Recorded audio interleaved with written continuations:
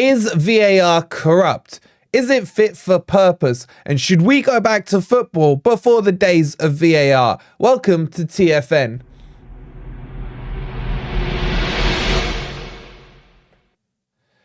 Afternoon all, hope you're doing well and welcome to another video on the channel. Coming up in this video, we got to discuss VAR. It seems every single week there is some talk about a dubious decision, the refs getting it wrong, VAR overturning it incorrectly, and then the mad chaos kicks off on social media.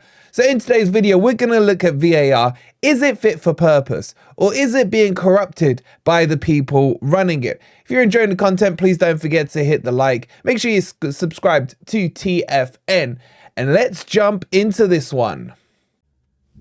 So VAR was brought into the Premier League in the 1920 season. And ever since then, we have seen change after change after change. Why? Because when it was brought in, it was not fit for purpose.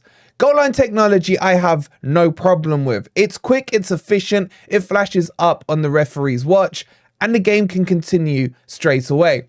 One of the biggest gripes I have with VAR is the length of time it takes for them to come to a decision. It almost feels like they're trying to find every excuse and reason under the sun to disallow a goal and slow the game down. This isn't American football. We don't have timeouts. The game needs to progress. How many times have you been at the ground, celebrated a goal, and then realized, oh crap, it's gone up on the big screen now? And then you have to wait time and time again, minutes, sometimes what feels like hours before a decision comes through.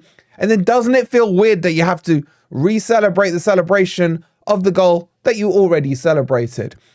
But that's not the point of the video today. The point is to discuss whether or not there is corruption involved in it and should it be scrapped completely. We've seen the FA Cup matches over the last couple of weeks where if the team wasn't in the Premier League at home, VAR wasn't included in the game. And a lot of people said these games flowed a lot better. The refs were more able to make the decisions on the pitch rather than hiding behind the trousers of those guys in Stockley Park. And to a certain extent, I do agree with it. It does force the referees to focus more on the game rather than rely on someone else to make those decisions.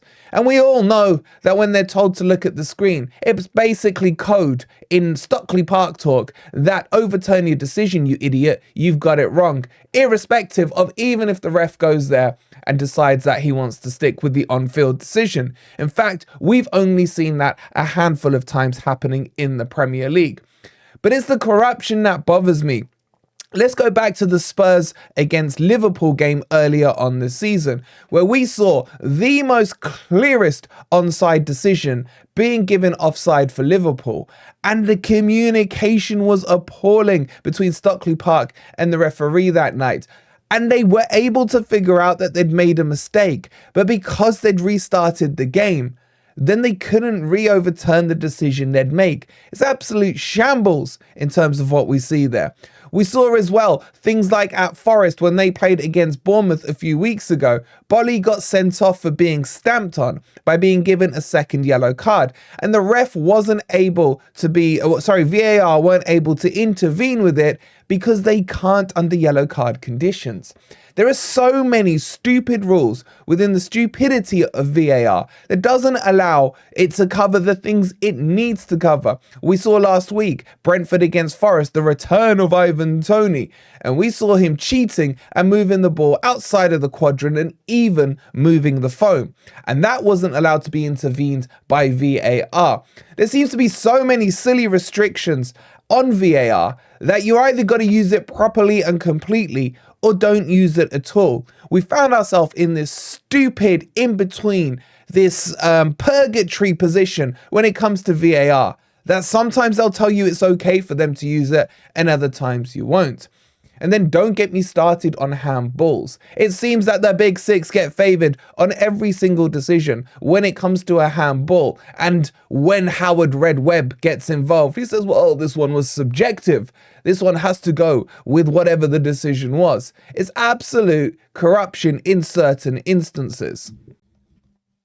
So what are the solutions to VAR? How can we make it better? How can we as fans feel like it's less corrupt when we're seeing all these decisions go either for or against your club?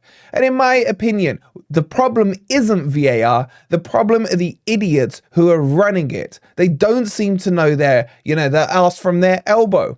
So this needs to be treated quickly. And I think one of the easiest solutions is to bring ex-footballers into this. Train them up, make sure they understand how the technology works. They are players who have been on the pitch, who understand the situations better. And also, get rid of those stupid offside lines and start using the semi-automated system that we spoke about earlier. Now, the other problem we have with VAR is this fast tracking they're doing to certain ex-refs, etc., to get them up to speed. You've got this crop of refs. It's almost like an old boys club over at the PGMOL.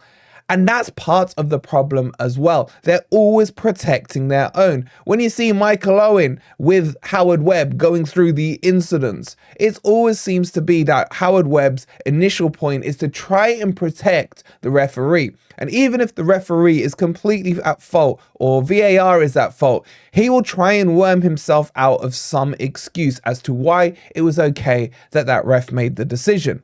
But what I want to know from you guys is, would you get rid of it completely? Are you sick and tired of VAR ruining football matches?